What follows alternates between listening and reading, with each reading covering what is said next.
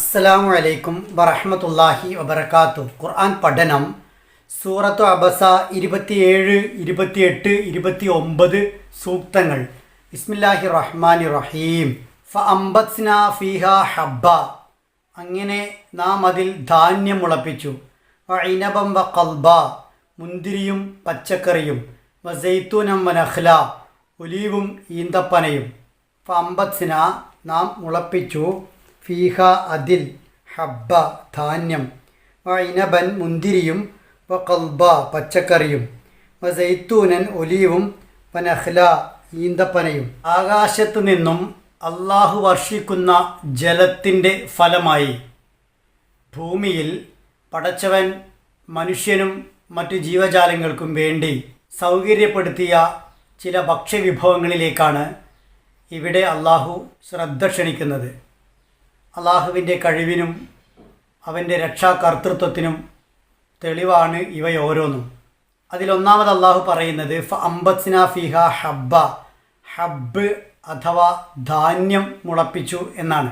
ഭക്ഷ്യവിഭവങ്ങളുടെ കൂട്ടത്തിൽ മനുഷ്യൻ അടിസ്ഥാന ഭക്ഷണമായി ഉപയോഗിച്ചു കൊണ്ടിരിക്കുന്നതിൽ ധാന്യത്തിന് വലിയ പ്രാധാന്യമുണ്ട് എന്നതുകൊണ്ടാണ് ഒന്നാമതായി ധാന്യം പറഞ്ഞത്.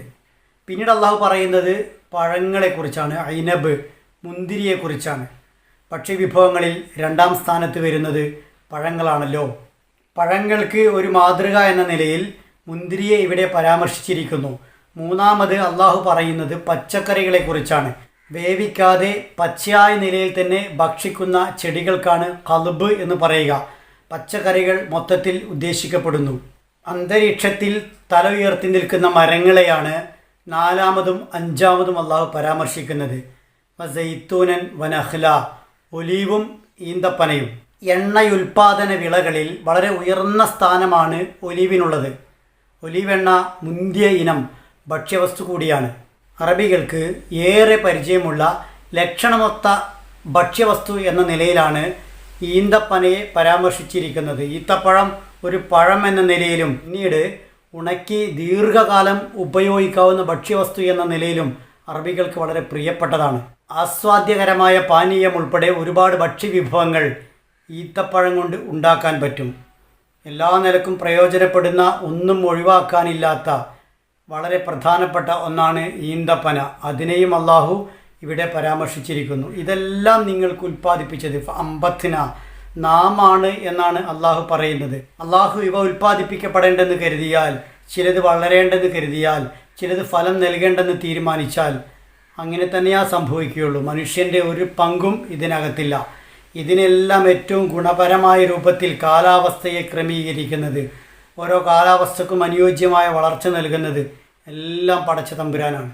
ഈ സൂക്തങ്ങൾ പാരായണം ചെയ്യുമ്പോൾ 6 അക്ഷരങ്ങൾ പ്രത്യേകം ശ്രദ്ധിച്ച് ഉച്ചരിക്കുക. ഹ, ഹ, ഖ, ഖ, സൈ, സൈ, ضاد, ضاد, عين, عين, قاف, قاف.